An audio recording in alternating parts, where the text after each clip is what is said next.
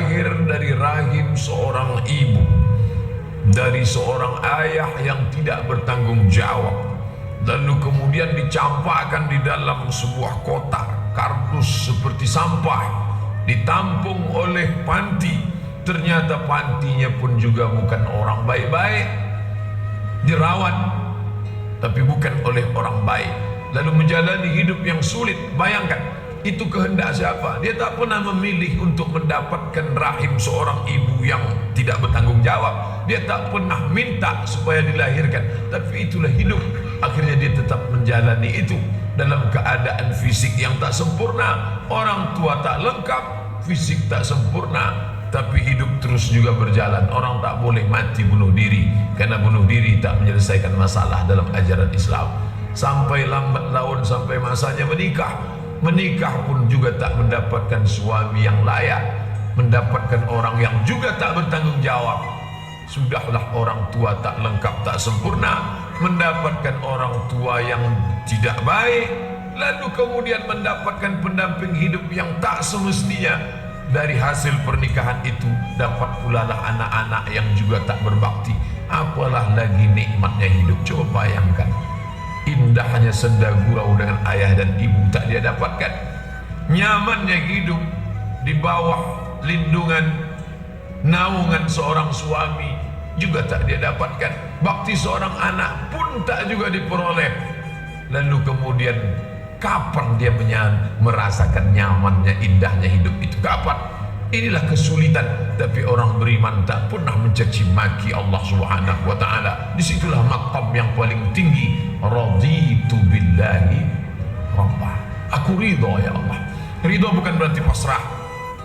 Ridho bukan berarti tidak berbuat. Bukan apatis. Apatis bukan ridho.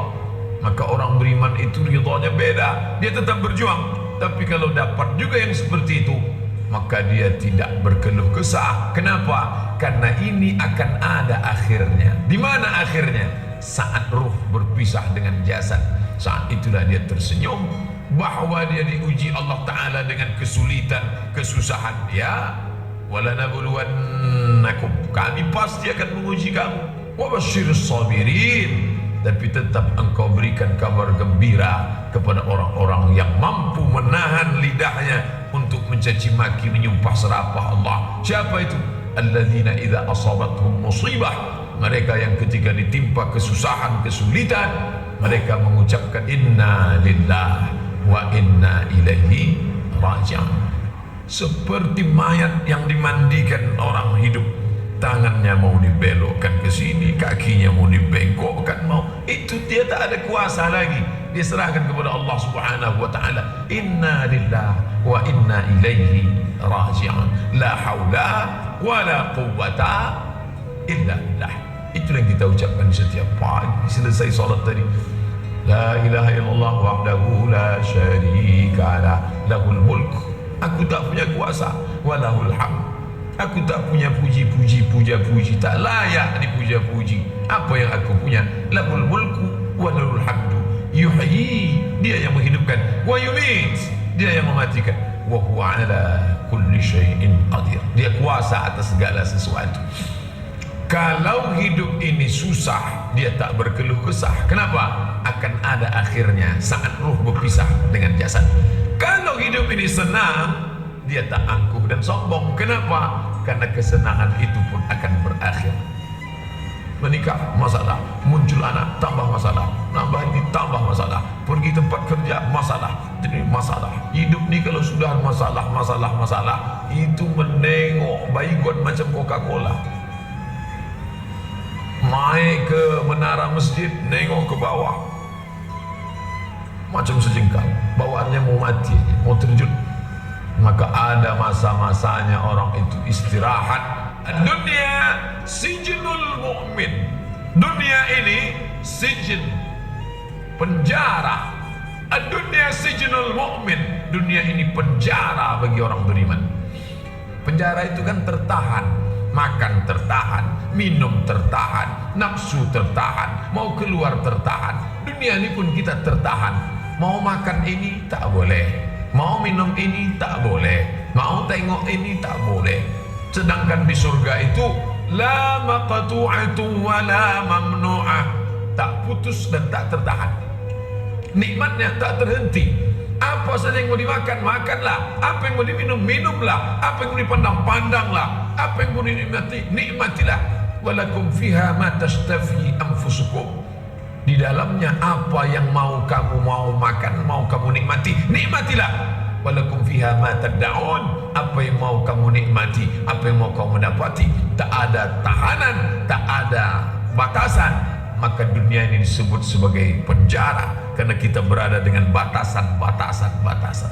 Bapak Ibu yang dimuliakan Allah, maka dalam Islam diajarkan berapa sulit, susah, ribet, suka duka hidup ini, dia akan berakhir. Abdul Somad sedang menasehati dirinya sendiri dengan bacaan hadis, dengan firman Allah, dengan sabda Rasulullah. Karena tak ada yang dapat mengobati hati ini selain daripada kalam Allah dan sabda Rasulullah dan zikir. Ala ketahuilah, bizikrillah, dengan memperbanyak zikir tatma'innul qulub, hati menjadi tenang. Salah satu makna zikir itu adalah melihat ayat Al-Quran, melihat hadis Nabi Muhammad sallallahu alaihi wasallam. Tapi saya tak pula ingin setelah mengkaji ini Bapak Ibu bawaannya mau mati aja. Saya tak ingin kita keluar dari pengajian ini atau setelah berakhir ini nanti kita salat sunat Isra lalu Bapak Ibu doanya, ya Allah, susah betul hidup nih. Kata Pak Ustaz, akhir daripada hidup ini adalah istirahat. Cepatkanlah istirahatkan aku. Bukan itu maknanya. Mati tak boleh diminta, mati tak boleh dicari. Kita tak lari dari kematian, tapi kita pula tak cari-cari mati. Larut-larut dalam kesedihan hidup, tak boleh. Kenapa? Karena hidup ini memanglah dia ujian.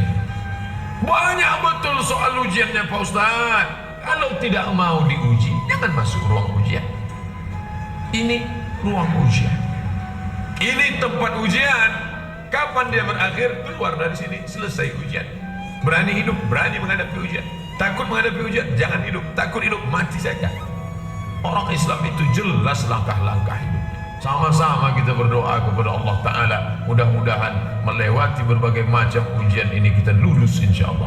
Amin ya Rabbal Alamin. Sehingga ketika kita tinggalkan dunia ini dalam keadaan tersenyum. Kenapa dia senyum Pak Ustaz?